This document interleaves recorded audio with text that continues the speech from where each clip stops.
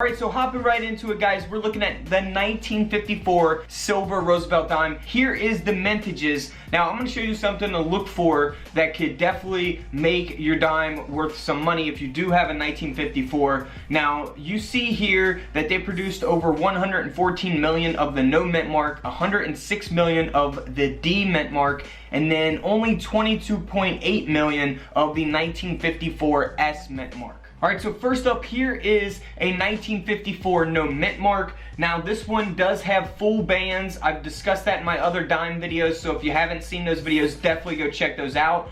Now this one is solely valuable because of its high grade of a mint state 67 plus having the full bands. Now very high graded coins like these are difficult to find, especially the older the coin, it's going to be more difficult to find a higher graded coin. Now this coin, because of the high grade and because of it having full bands, sold for over $3,700. Next up is another high-graded Roosevelt dime. This is a 1954 D Denver minted Roosevelt dime. Now this one here is graded again at a mint state 67 with full bands. That's why it's valuable.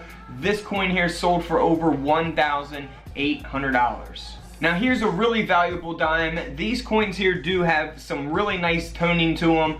And of course this one is another high graded coin, and that's why it's worth a lot of money. It's a 1954 S. So this is the lower minted 1954 out of the three. And this dime sold for over $6,000. 6,000 US dollars. Something you want to look for on the 1954 S is a repunched mint mark. So we can see like northwest of the top of the S, we can see how that is repunched. So right there to the top left of the S mint mark, you can see that repunched mint mark. So always look for that. Now also, here is two examples of double die reverses. So you want to look for doubling on the back of the coin. Specifically, you want to look for doubling on the bottom of the torch for the 1954 Roosevelt dimes. This dime here sold for over $350 that has that doubling. And then here's another example. This dime here sold for over $185.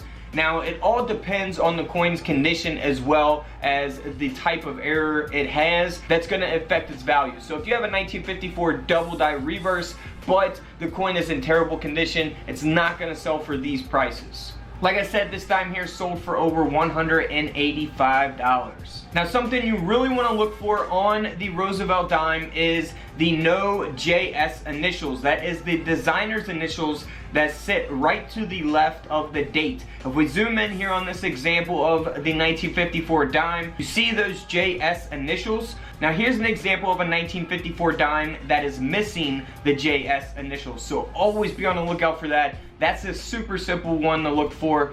Here's an example of a Roosevelt dime that has the no JS initials, and this dime here sold for over $160. Alright guys, don't forget to subscribe in the middle, check out the videos to the left of me, and until tomorrow, I will see you on the comment section below. This is Couch Collectibles, and this is where I disappear.